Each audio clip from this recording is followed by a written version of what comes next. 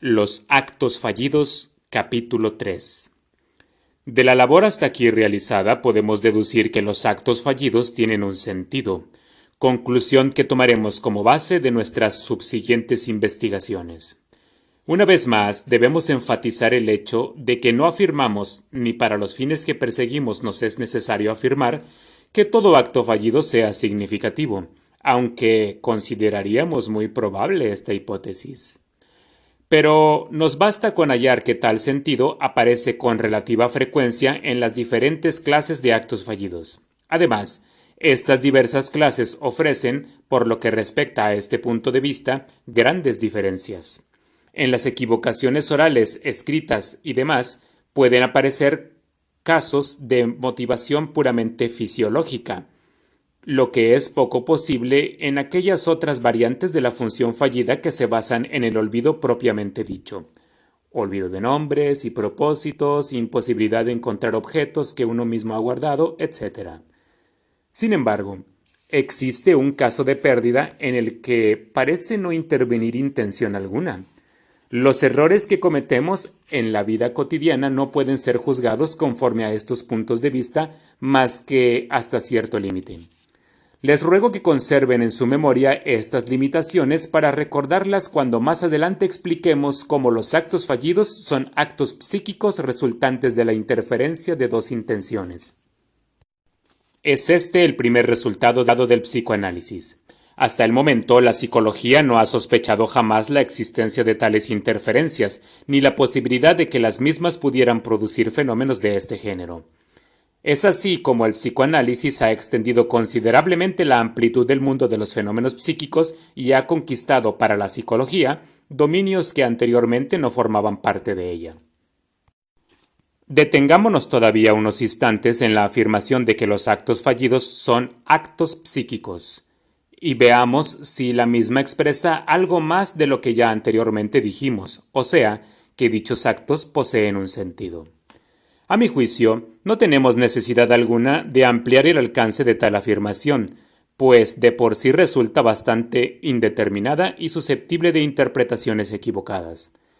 Todo lo que puede observarse en la vida anímica eventualmente habrá de designarse con el nombre de fenómeno psíquico, pero para fijar de un modo definitivo esta calificación, habremos de investigar si la manifestación psíquica dada es un defecto directo de influencias somáticas, orgánicas y materiales, caso en el cual caerá fuera del terreno de la investigación psicológica, o si por el contrario se deriva directamente de otros procesos anímicos más allá de los cuales comienza la serie de influencias orgánicas.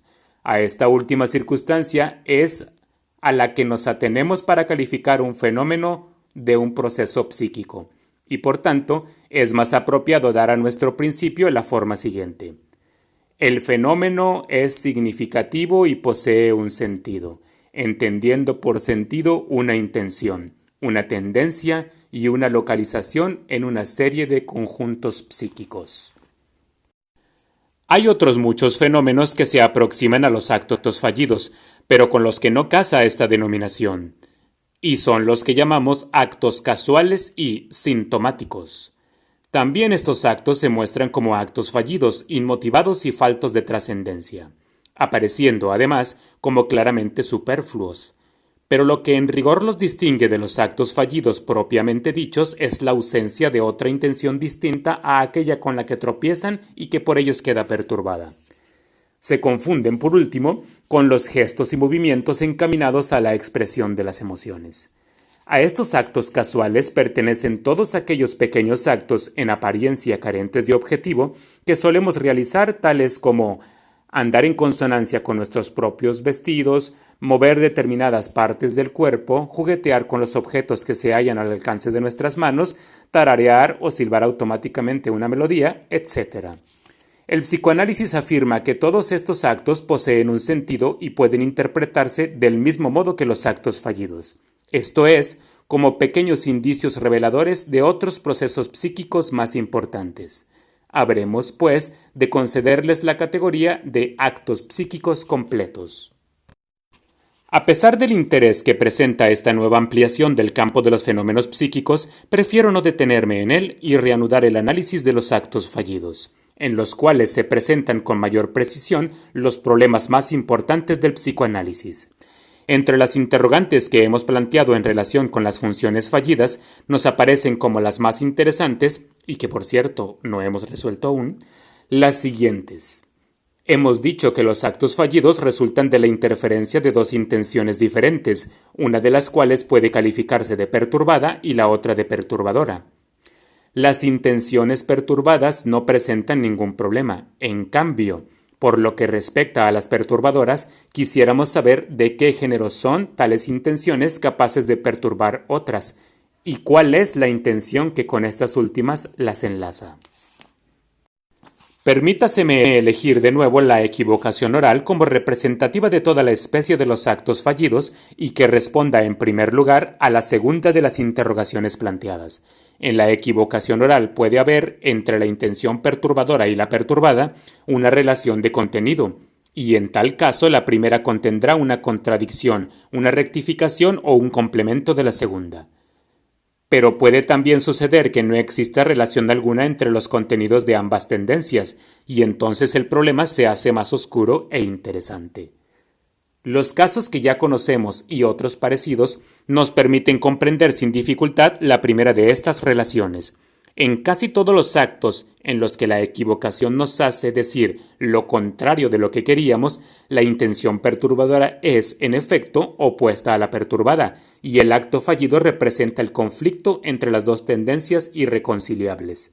Así, el sentido de la equivocación del presidente del Congreso puede traducirse en la frase siguiente: declaro abierta la sesión, aunque preferiría suspenderla.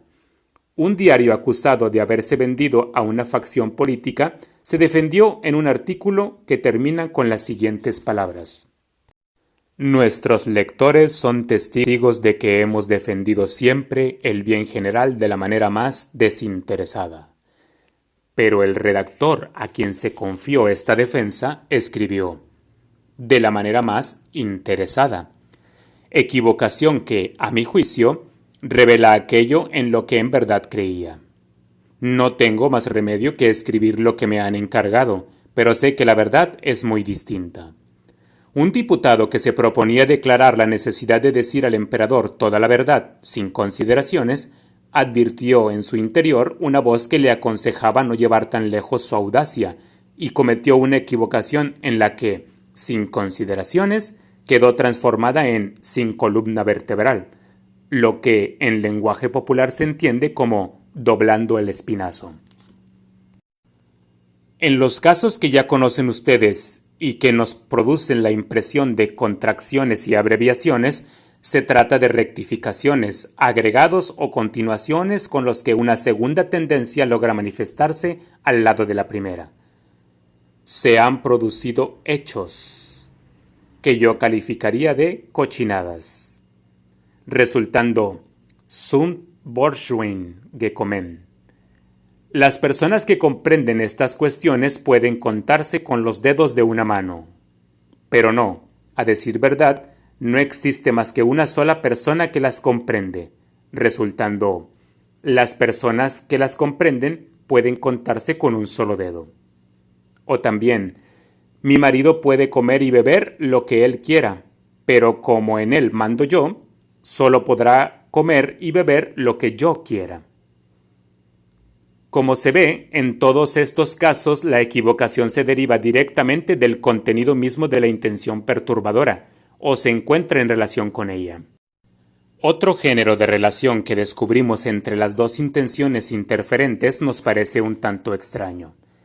Si la intención perturbadora no tiene nada que ver con el contenido de la perturbada, ¿qué origen habremos de atribuirle y cómo nos explicaremos que surja como perturbación de una intención determinada? La observación como único medio de encontrar respuesta a estas interrogantes nos permite darnos cuenta de que la perturbación proviene de una serie de ideas que había preocupado al sujeto poco antes y que interviene en el discurso de esta manera particular, independientemente de que se haya encontrado o no expresión en el mismo. Se trata, pues, de un verdadero eco, pero que no es producido siempre o necesariamente por las palabras anteriormente pronunciadas. Tampoco falta aquí un enlace asociativo entre el elemento perturbado y el perturbador, pero en lugar de residir en el contenido, es puramente artificial y su constitución resulta a veces muy forzada. Expondré un ejemplo de este género muy sencillo y observado por mí directamente. Durante una excursión por los Dolomitas, encontré a dos señoras vestidas como turistas y fui conversando con ellas acerca de los placeres y molestias de las excursiones a pie. Una de las señoras me dijo que estos paseos tenían su lado incómodo. Es cierto, dijo, que no resulta nada agradable sentir sobre el cuerpo, después de haber caminado el día entero, la blusa y la camisa empapadas en sudor. En medio de esta frase tuvo una pequeña vacilación, que venció en el acto. Luego continuó y quiso decir, pero cuando se llega a casa y puede una cambiarse de ropa, mas en vez de la palabra house, casa, se equivocó y pronunció la palabra hose, pantaleta. La señora había tenido claramente el propósito de hacer una más completa enumeración de las prendas interiores, diciendo blusa, camisa y pantaleta. Por razones de conveniencia social, había reprimido la última palabra. Pero en la frase de contenido independiente que dijo a continuación, se abrió paso contra su voluntad la palabra inhibida, surgiendo en forma de desfiguración de la palabra house. Podemos abordar ahora la interrogación principal cuyo examen hemos eludido por tanto tiempo, o sea, la de cuáles son las intenciones que se manifiestan de una manera tan extraordinaria como perturbaciones de otras. Evidentemente, se trata de intenciones muy distintas, pero en las que intentaremos descubrir algunos caracteres comunes. Si examinamos con este propósito una serie de ejemplos, veremos que los mismos pueden dividirse en tres grupos. En el primero, reuniremos aquellos casos en los que la tendencia perturbadora es conocida por el sujeto de la perturbación y se le ha revelado además con anterioridad a la misma. Así, en el ejemplo Borchwein, el sujeto confiesa no solo haber pensado que aquellos hechos merecían ser calificados de cochinadas, sino también haber tenido la intención, que después reprimió, de manifestar verbalmente tal juicio. El segundo grupo comprenderá aquellos casos en los que la persona que comete la equivocación reconoce en la perturbación una tendencia personal, pero ignora que la misma se encontraba ya en actividad en ella antes de la equivocación. Entonces, acepta nuestra interpretación de esta última, aunque sin mostrarse sorprendida por ella. En otros actos fallidos encontraremos ejemplos de esta actividad más fácilmente que en las equivocaciones orales. Por último, el tercer grupo entraña aquellos casos en los que el sujeto protesta con energía contra la interpretación que le sugerimos y no contento con negar la existencia de la intención perturbadora antes de la equivocación, afirma que tal intención le es ajena en absoluto. Recuerden el brindis del joven orador que propone hundir la prosperidad del jefe y la respuesta un tanto grosera que hube de escuchar cuando le revelé su intención perturbadora. Sobre la manera de concebir este caso no hemos podido todavía ponernos de acuerdo. Por lo que a mí concierne, la propuesta del sujeto de la equivocación no me inquieta en absoluto ni me impide mantener mi interpretación.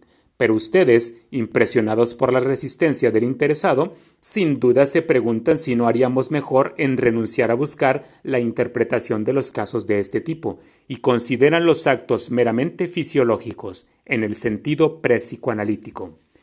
Sospecho que es lo que los lleva a pensar así. Mi interpretación conlleva la hipótesis de que la persona que habla puede manifestar intenciones que ella misma ignora, pero que yo puedo descubrir guiándome por determinados indicios. Y entonces vacilan en aceptar esta suposición tan singular y tan preñada de consecuencias. Comprendo sus dudas, pero he de indicarles que si quieren permanecer consecuentes con su concepción de los actos fallidos, fundada en tan numerosos ejemplos, no deben vacilar en aceptar esta última hipótesis, por desconcertante que les parezca. Si esto es imposible, no les queda otro camino que renunciar también a la comprensión tan penosamente adquirida de dichos actos. Detengámonos aquí un instante en lo que enlaza a los tres grupos que acabamos de establecer. esto es, en aquello que es común a los tres mecanismos de la equivocación oral. Afortunadamente nos encontramos en presencia de un hecho irrefutable. En los dos primeros grupos, la tendencia perturbadora es reconocida por el mismo sujeto y además, en el primero de ellos, dicha tendencia se revela inmediatamente antes de la equivocación. Pero lo mismo en el primer grupo que en el segundo, la tendencia de que se trata se encuentra reprimida, y como la persona que habla está decidida a no dejarla surgir en su discurso, incurre en la equivocación. Esto es, la tendencia reprimida se manifiesta a pesar del sujeto, sea modificando la expresión de la intención por él aceptada, sea confundiéndose con ella o tomando su puesto. Tal es el mecanismo de la equivocación oral. Mi punto de vista me permite explicar por el mismo mecanismo los casos del tercer grupo. Para ello, no tendré más que admitir que los tres grupos que hemos establecido se diferencian entre sí por el distinto grado de represión de la intención perturbadora.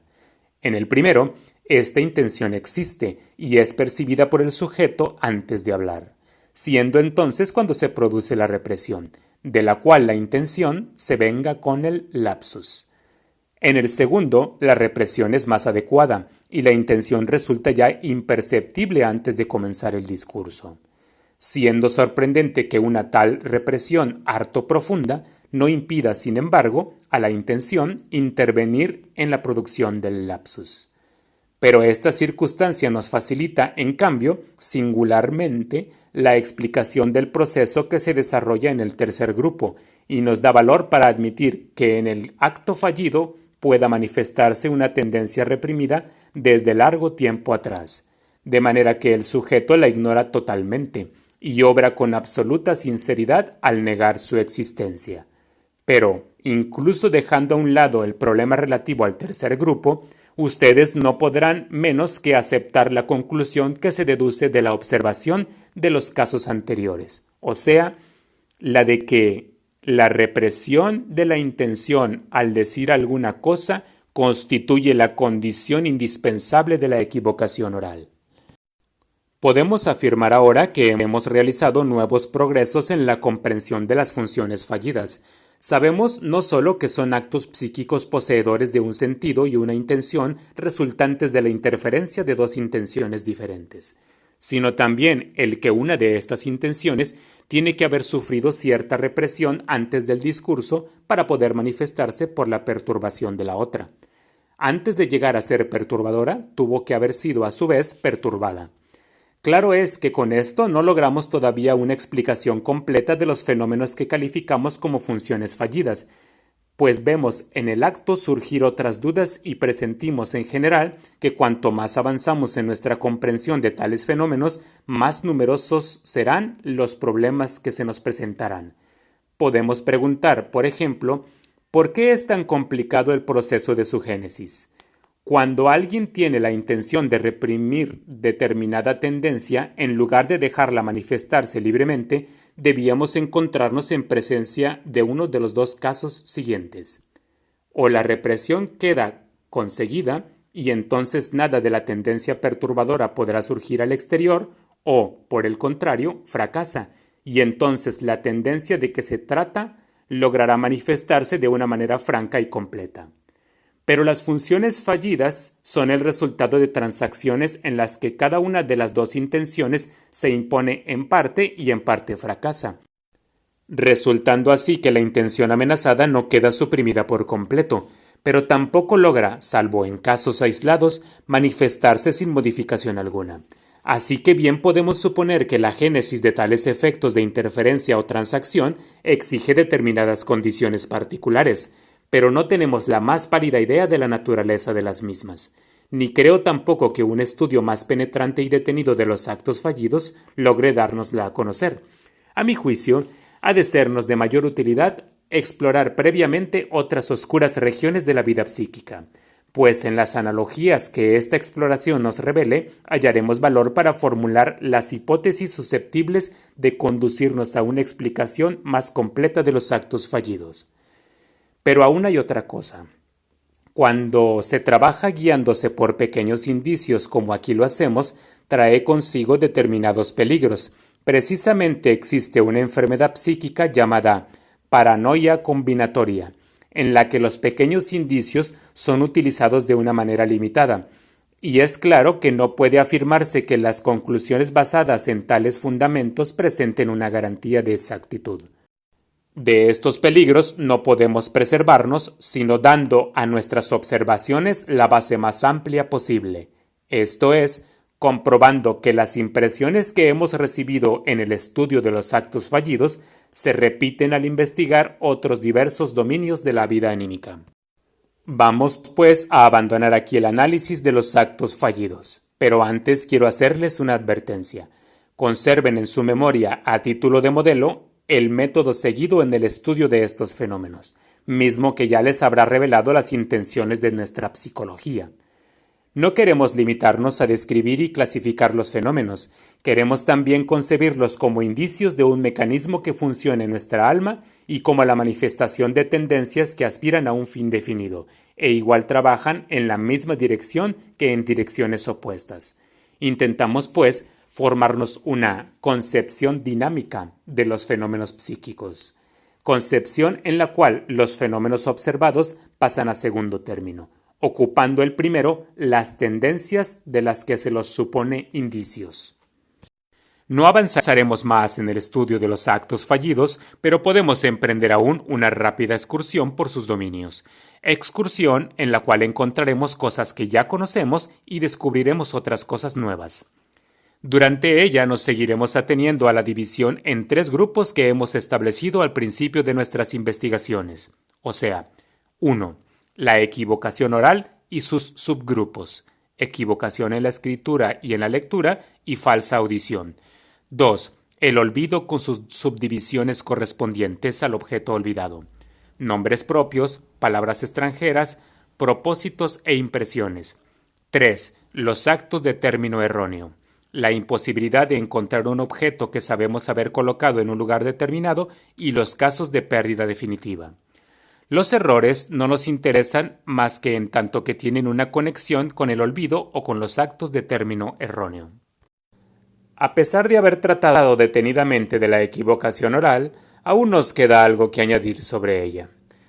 Con esta función fallida aparecen enlazados otros pequeños fenómenos afectivos que no están por completo desprovistos de interés.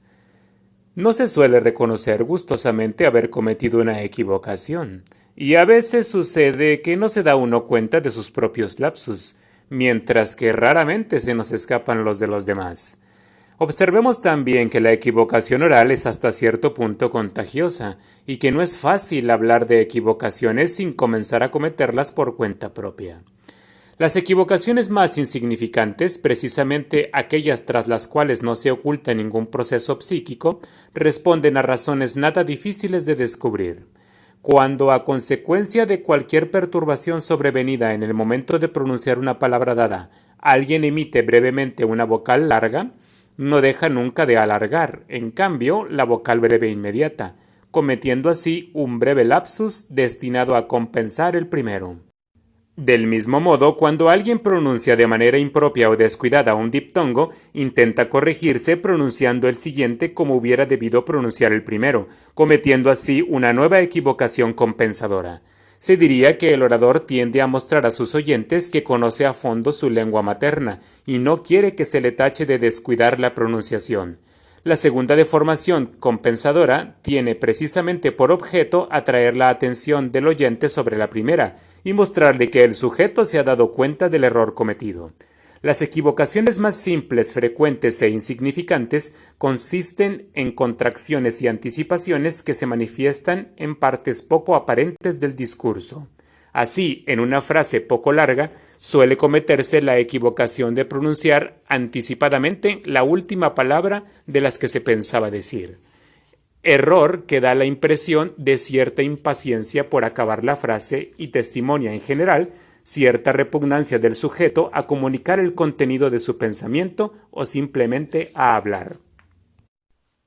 Llegamos de este modo a los casos límites en los que desaparecen las diferencias entre la concepción psicoanalítica de la equivocación oral y su concepción fisiológica ordinaria.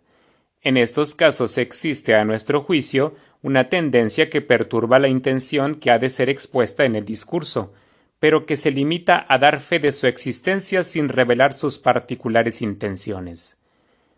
La perturbación que provoca sigue entonces determinadas influencias tonales o afinidades asociativas y podemos suponerla encaminada a desviar la atención de aquello que realmente quiere decir el sujeto. Pero ni esta perturbación de la atención ni estas afinidades asociativas bastan para caracterizar la naturaleza del proceso, aunque sí dan testimonio de la existencia de una intención perturbadora. Lo que no podemos lograr en estos casos es formarnos una idea de la naturaleza de dicha intención observando sus efectos, como lo conseguimos en otras formas más acentuadas de la equivocación oral. Los errores en la escritura que ahora abordaremos presentan tal similitud con las equivocaciones orales que no pueden proporcionarnos nuevos puntos de vista. Sin embargo, quizá nos sea provechoso espigar un poco en este campo. Las pequeñas equivocaciones tan frecuentes en la escritura, las contracciones y anticipaciones, dan un testimonio manifiesto de nuestra poca voluntad para escribir y nuestra impaciencia por terminar. Otros efectos más pronunciados permiten conocer la naturaleza y la intención de la tendencia perturbadora. En general, cuando en una carta encontramos un lapsus calami, podemos decir que la persona que la ha escrito no se encontraba por completo en su estado normal, pero no siempre nos es dado establecer qué es lo que sucedía. Análogamente a las equivocaciones orales, las cometidas en la escritura son rara vez advertidas por el sujeto. A este respecto resulta muy interesante observar los siguientes hechos. Hay personas que tienen la costumbre de releer antes de expedir las cartas que han escrito. Otras no tienen esta costumbre, pero cuando lo hacen como por casualidad, encuentran siempre alguna grave equivocación que corregir. ¿Cómo explicar este hecho? Se diría que estas personas obran como si supieran que han cometido alguna equivocación al escribir. ¿Realmente tendríamos que creer eso? A la importancia práctica de las equivocaciones en la escritura aparece ligado un interesante problema.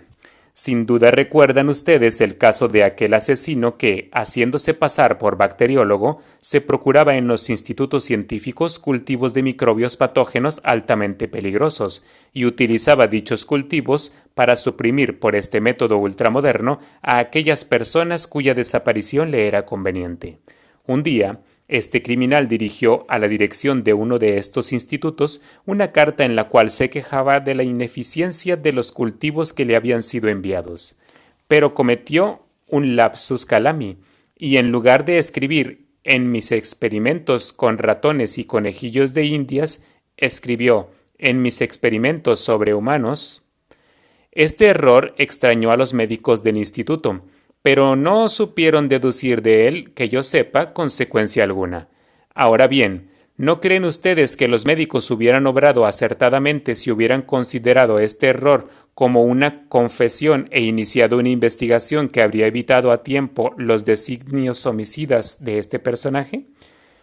¿No piensan que, en este caso, la ignorancia de nuestra concepción de las funciones fallidas ha motivado una omisión infinitamente lamentable? Por mi parte, estoy seguro de que tal equivocación me hubiera parecido harto sospechosa, pero su aprovechamiento en calidad de confesión tropieza con obstáculos de extrema importancia. La cosa no es tan sencilla como parece. La equivocación en la escritura constituye un indicio incontestable, mas no basta por sí sola para justificar la iniciación de un proceso judicial. Cierto es que este lapsus testimonia que el sujeto abriga la idea de infectar a sus semejantes, pero no nos permite decidir si se trata de un proyecto malvado o de una fantasía sin ningún alcance práctico. Es incluso posible que el hombre que ha cometido tal equivocación al escribir encuentre los mejores argumentos subjetivos para negar semejante fantasía y rechazarla como totalmente ajena a él. Más adelante comprenderán mejor las posibilidades de este género, cuando tratemos de la diferencia que existe entre la realidad psíquica y la realidad material.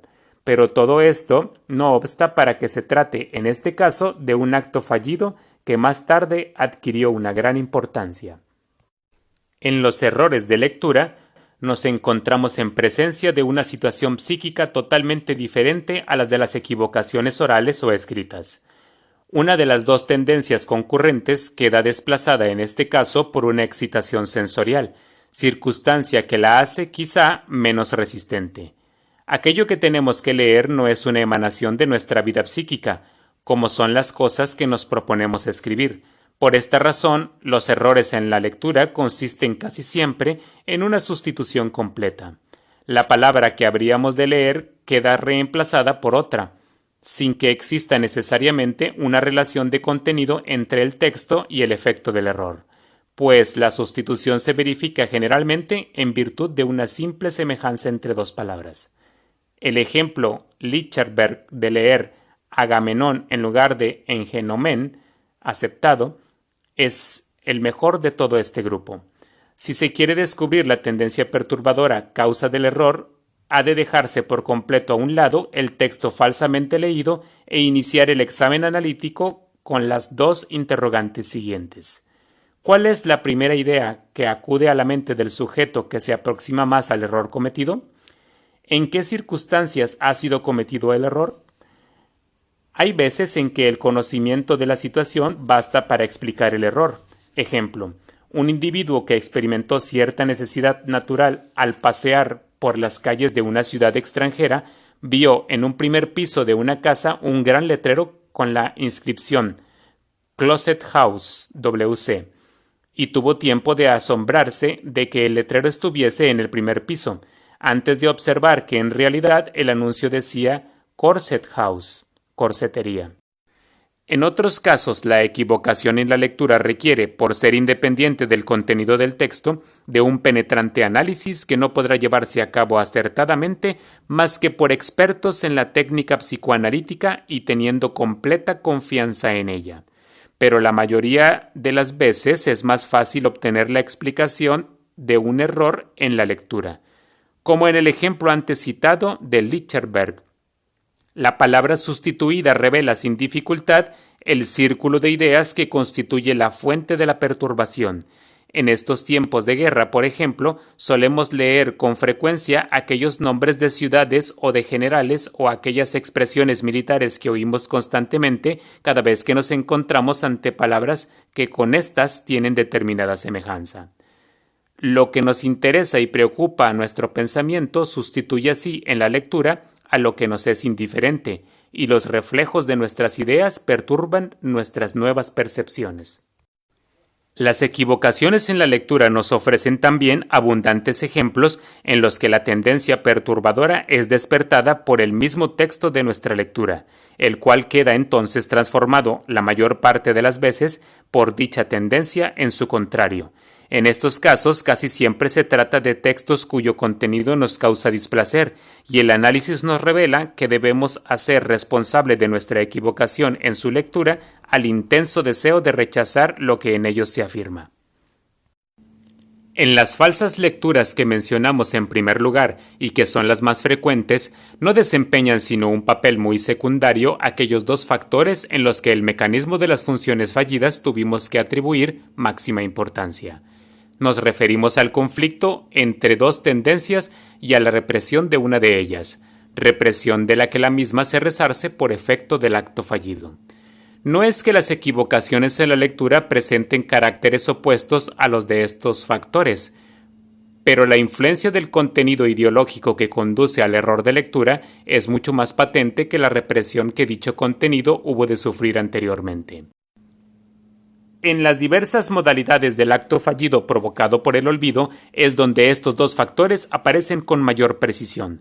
El olvido de propósitos es un fenómeno cuya interpretación no presenta dificultad alguna, hasta tal punto que, como ya hemos visto, no es rechazada siquiera por los profanos. La tendencia que perturba un propósito consiste siempre en una intención contraria al mismo, esto es, en una volición opuesta, cuya única singularidad es la de escoger este medio disimulado de manifestarse en lugar de surgir francamente. Pero la existencia de esta volición contraria es incontestable, y algunas veces conseguimos también descubrir parte de las razones que la obligan a disimularse. medio por el cual alcanza siempre con el acto fallido el fin hacia el que tendía, mientras que, presentándose como una franca contradicción, hubiera sido seguramente rechazada. Cuando en el intervalo que separa la concepción de un propósito de su ejecución se produce un cambio importante de la situación psíquica que hace imposible dicha ejecución, ya no podemos calificar de acto fallido el olvido del propósito de que se trate. Este olvido no nos admira ya, pues nos damos cuenta de que hubiera sido superfluo recordar el propósito, dado que la nueva situación psíquica ha hecho imposible su realización. El olvido de un proyecto no puede ser considerado como un acto fallido más que en los casos en que no podemos creer en un cambio de dicha situación. Los casos de olvido de propósito son, en general, tan uniformes y transparentes que no presentan ningún interés para nuestra investigación. Sin embargo, el estudio de este acto fallido puede enseñarnos algo nuevo con relación a dos importantes cuestiones. Hemos dicho que el olvido y por tanto la no ejecución de un propósito testimonian una volición contraria y hostil al mismo. Esto es cierto, pero según nuestras investigaciones, tal volición contraria puede ser directa o indirecta. Para mostrar qué es lo que entendemos al hablar de volición contraria e indirecta, expondremos unos cuantos ejemplos. Cuando una persona olvida recomendar a un protegido suyo a una tercera persona, su olvido puede depender de que su protegido lo tiene en realidad sin cuidado y que por lo tanto no tiene deseo alguno de hacer la recomendación que lo podría favorecer. Esta será, por lo menos, la interpretación que el demandante dará al olvido de su protector, pero la situación puede ser más complicada. La repugnancia a realizar su propósito puede provenir en el protector de una causa distinta relacionada no con el demandante, sino con aquella persona a la que se ha de hacer la recomendación. Vemos, pues, que también en esos casos el aprovechamiento práctico de nuestras interpretaciones tropieza con graves obstáculos. A pesar de acertar en su interpretación del olvido, el protegido corre el peligro de caer en una exagerada desconfianza y mostrarse injusto para con su protector. De parecida manera, cuando alguien se olvida de una cita a la que prometió y se propuso acudir, el fundamento más frecuente de tal olvido debe buscarse en la escasa simpatía que el sujeto siente con la persona con la que ha quedado citado. Pero también en estos casos el análisis puede demostrar que la tendencia perturbadora no se refiere a dicha persona, sino al lugar en que la cita debe realizarse, lugar que quisiéramos evitar a causa de un penoso recuerdo ligado a él. Otro ejemplo común es cuando olvidamos expedir una carta. En este caso, la tendencia perturbadora puede tener su origen en el contenido de la misma, pero también es posible que dicho contenido sea por completo ajeno a ello y provenga de la evitación de algo que la carta recuerde, referente a otra anterior que pudo haber ofrecido motivos suficientes y directos para la aparición de la tendencia perturbadora. Podemos decir entonces que la voluntad que actúa en contrario se ha transferido desde la carta anterior en la cual se encontraba justificada a la carta actual en la que no tiene justificación alguna.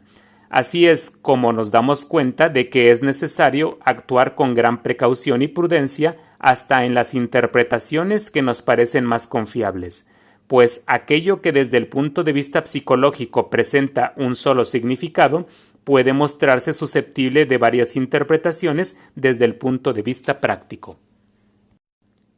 Tal vez esta clase de fenómenos les parezcan a ustedes bastante fuera de lo común, y quizás se pregunten si la voluntad contraria e indirecta no pudiera considerarse un rasgo patológico del proceso. Sin embargo, yo podría asegurarles que este proceso aparece igualmente en plena y normal salud. Pero no quisiera que, al interpretar inadecuadamente mis palabras, las tomaran ustedes como una confesión de la insuficiencia de nuestras interpretaciones analíticas. La posibilidad de múltiples interpretaciones del olvido de propósitos permanece solamente en tanto que no hayamos emprendido el análisis de caso mientras nuestras interpretaciones no se basen sino en hipótesis de orden general. Tal vez esta clase de fenómenos les parezcan a ustedes bastante fuera de lo común y quizás se pregunten si la voluntad contraria indirecta no pudiera considerarse un rasgo patológico del proceso. Sin embargo, yo podría asegurarles que este proceso aparece igualmente en plena y normal salud, pero no quisiera que, al interpretar inadecuadamente mis palabras, las tomaran ustedes como una confesión de la insuficiencia de nuestras interpretaciones analíticas. La posibilidad de múltiples interpretaciones del olvido de propósitos permanece solamente en tanto que no hayamos emprendido el análisis de caso, mientras nuestras interpretaciones no se basen sino en hipótesis de orden general. Una vez realizado el análisis con el auxilio del sujeto, vemos siempre, con certeza más que suficiente, si se trata de una voluntad contraria directa y cuál es la procedencia de la misma. Abordaremos ahora un asunto diferente. Cuando en un gran número de casos hemos comprobado que el olvido de un propósito obedece a una voluntad contraria, nos sentimos alentados para extender igual solución a otra serie de casos en los que la persona analizada, en lugar de confirmar la voluntad contraria por nosotros deducida, la niega rotundamente. Piensen en los numerosos casos en los que se olvida devolver los libros prestados y pagar las facturas o préstamos. En tales circunstancias habremos de atrevernos a afirmar al olvidadizo que su intención latente es la de conservar tales libros o no satisfacer sus deudas. Por supuesto que él lo negará con énfasis e indignación, pero seguramente no podrá darnos una distinta explicación de su olvido. En este caso, diríamos que el sujeto realmente tiene las intenciones que le atribuimos, pero que no se da cuenta de ellas, siendo el olvido lo que a nosotros nos las ha revelado. Observarán que aquí hemos llegado de nuevo a una situación conocida. Si queremos seguir todo el desarrollo lógico de nuestras interpretaciones de los actos fallidos cuya exactitud hemos comprobado en tantos casos, por fuerza tendríamos que admitir que existen en las personas tendencias susceptibles de actuar sin que ellas se den cuenta. Pero al formular este principio nos situamos frente a todas las concepciones actualmente en vigor, tanto en la vida práctica como en la ciencia psicológica. El olvido de nombres propios o palabras extranjeras puede explicarse igualmente por una intención contraria, orientada directa o indirectamente contra el nombre o la palabra de referencia. Ya anteriormente les he citado varios ejemplos de repugnancia directa a ciertos nombres y palabras. En esta clase de olvidos, la causa directa es la más frecuente, pero la mayor parte de las veces no puede ser establecida sino después de un minucioso análisis. Sucede que, en los actuales tiempos de guerra, durante los cuales nos estamos viendo obligados a renunciar a tantas de nuestras inclinaciones afectivas, nuestra facultad de recordar nombres propios ha sufrido una gran disminución, producto de una serie de singulares asociaciones. Recientemente me ha sucedido no poder recordar el nombre de la ciudad Morava de Vicens, y el análisis me demostró que no se trataba de una hostilidad mía en contra de dicha ciudad, sino que el olvido era motivado por la semejanza con el Palacio de Vicenzi, de Orvieto, en el que repetidas veces había yo pasado días muy placenteros.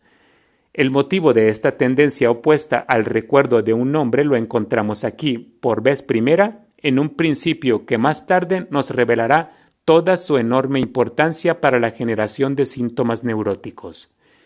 Se trata de la repugnancia de la memoria a evocar recuerdos que se encuentran asociados con sensaciones desagradables y cuya evocación podría renovar tales sensaciones. En esta tendencia a evitar el displacer que pueden causar los recuerdos u otros hechos psíquicos, en esta fuga psíquica ante el displacer, hemos de ver el último motivo eficaz no solamente en el olvido de nombres, sino también en otras funciones fallidas, tales como las torpezas o los actos de término erróneo, los errores y otros. El olvido de nombres parece facilitarse por factores psicofisiológicos y surge, por tanto, aún en aquellos casos en los que no interviene ningún motivo de displacer. En aquellos sujetos especialmente inclinados a olvidar los nombres, la investigación analítica nos revela siempre que si determinados nombres escapan a la memoria de los mismos, no es tan solo porque les sean desagradables o les recuerden situaciones displacenteras, sino también porque en el psiquismo personal pertenecen a otros ciclos de asociaciones con las cuales se encuentran en relación más estrecha. Se diría que tales nombres son retenidos por estos ciclos y se niegan a obedecer a otras asociaciones circunstanciales. Recordando los artificios de que se sirve la mnemotecnia, con cierta sorpresa podrán ustedes observar que ciertos nombres quedan olvidados a consecuencia de las mismas asociaciones que se establecen intencionalmente para preservarlos del olvido. El olvido de nombres propios, los cuales naturalmente poseen un valor distinto para cada persona, constituye el caso más típico de este género. Tomemos, por ejemplo, el nombre de Teodoro. Para muchos de ustedes no presentará ningún significado particular. En cambio, para otros podría ser el nombre de su padre, de un hermano, de un amigo o hasta el suyo propio. La experiencia psicoanalítica les demostrará que los primeros no corren riesgo alguno de olvidar que cierta persona extraña a ellos se llama así, mientras que los segundos mostrarán siempre una tendencia a negar a un extraño un nombre que les parece reservado a sus relaciones íntimas. Teniendo además en cuenta que a este obstáculo asociativo puede añadirse la acción del principio del displacer y la de un mecanismo indirecto, podrían hacerse una idea exacta del grado de complicación que presenta la causación del olvido temporal de un nombre. Sin embargo, un detenido análisis puede siempre desembrollar todos los hilos de esta complicada trama. El olvido de impresiones y de sucesos vividos muestra con más claridad y de una manera exclusiva la acción de la tendencia que intenta alejar del recuerdo todo aquello que pueda sernos desagradable. Es claro que el olvido no puede ser incluido entre las funciones fallidas más que en aquellos casos en los que cuando observamos a la luz de nuestra experiencia cotidiana recae sobre impresiones demasiado recientes o importantes, sobre aquellas otras cuya ausencia determinará una laguna en un conjunto del cual guardamos un recuerdo perfecto. Las causas del olvido en general y especialmente de aquellos sucesos que, como lo hemos vivido en nuestros tempranos años infantiles, han dejado en nosotros una profunda impresión, constituyen un problema de orden totalmente distinto, en el que la defensa contra las sensaciones de displacer desempeña desde luego cierto papel, pero no resulta suficiente para explicar el fenómeno en su totalidad. Lo que, desde luego, constituye un hecho incontestable es que las impresiones displacenteras son olvidadas con facilidad. Este fenómeno, corroborado por muchos psicólogos, causó al gran Darwin una impresión tan profunda que se impuso la regla de anotar con particular cuidado las observaciones que parecían desfavorables a su teoría, ya que, como tuvo ocasión de confirmarlo repetidas veces, se resistían a imprimirse en su memoria. Aquellos que por primera vez oyen hablar del olvido como medio de defensa contra los recuerdos displacenteros, raramente dejan de formular la objeción de que, conforme a su propia experiencia, son más bien los recuerdos desagradables, como los de ofensas o humillaciones, los que más difícilmente se borran, volviéndose en contra de nuestra propia voluntad y torturándonos continuamente. El hecho es exacto, pero no así la objeción en él fundada. Debemos acostumbrarnos a tener siempre en cuenta, pues es algo de capital importancia, el hecho de que la vida psíquica es un lenguaje menos dinámico, un compuesto de contradicciones y de pares antinómicos. De este modo, la existencia de una tendencia determinada no excluye la de su contraria. En nuestro psiquismo hay lugar para ambas, y de lo que se trata únicamente es de conocer las relaciones que se establecen entre tales tendencias opuestas y los efectos que emanan de cada una de ellas. La pérdida de objetos y la imposibilidad de encontrar aquellos que sabemos haber colocado en algún lugar nos interesan particularmente a causa de las múltiples interpretaciones de que son susceptibles como funciones fallidas y de la variedad de tendencias a las cuales obedecen. Lo que es común a todos estos casos es la voluntad de perder, diferenciándose unos y otros en la razón y el objeto de la pérdida. Perdemos un objeto cuando el mismo se ha estropeado por el uso prolongado, cuando pensamos reemplazarlo por otro mejor, cuando ha cesado de agradarnos, cuando procede de una persona con la cual nos hemos disgustado o cuando ha llegado a nuestras manos en circunstancias desagradables que no queremos recordar.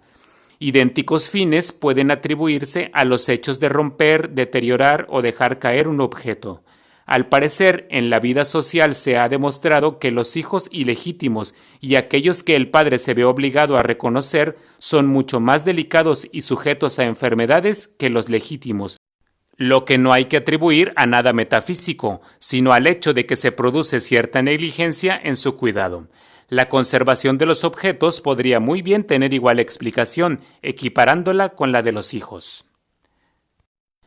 También en otras muchas ocasiones se pierden objetos que conservan todo su valor, y la intención parece ser el sacrificar algo a la suerte, procurando de esa manera evitar algo que se teme. El análisis demuestra que esta manera de conjurar la suerte es aún muy común entre nosotros y que, por tanto, nuestras pérdidas constituyen a veces un sacrificio voluntario. En otros casos pueden asimismo ser expresión de un desafío o de una penitencia. Vemos pues que la tendencia a desembarazarnos de un objeto perdiéndolo puede obedecer a numerosas y muy retorcidas motivaciones. En estos casos, lo mismo que en los demás errores, a veces también utilizamos los actos de término erróneo para realizar deseos que debíamos rechazar. En estos casos se disfraza la intención bajo la forma de una feliz casualidad. Citaremos como ejemplo el caso de uno de nuestros amigos que, debiendo hacer una visita desagradable en los alrededores de la ciudad, se equivocó al cambiar de tren en una estación y montó en uno que lo regresó a la ciudad de donde había partido. Suele también ocurrir que cuando durante el curso de un viaje deseamos hacer una parada incompatible con nuestras obligaciones, en un punto intermedio perdemos un tren como por casualidad o equivocamos un transbordo, error que nos impone la detención que deseábamos. Asimismo, puedo relatarles el caso de uno de mis enfermos, al cual yo tenía prohibido que hablara por teléfono a su amante. Otro caso interesante y que, revelándonos los preliminares del deterioro de un objeto, muestra palpablemente una importancia práctica, es la siguiente observación de un ingeniero. Hace algún tiempo trabajaba yo con varios colegas de la escuela superior en una serie de complicados experimentos sobre la elasticidad, labor de la que nos habíamos encargado voluntariamente, pero que empezaba a ocuparnos más tiempo del que hubiésemos deseado. Yendo un día hacia el laboratorio en compañía de mi colega F, expresó lo desagradable que era para él aquel día verse obligado a perder tanto tiempo teniendo mucho trabajo en su casa.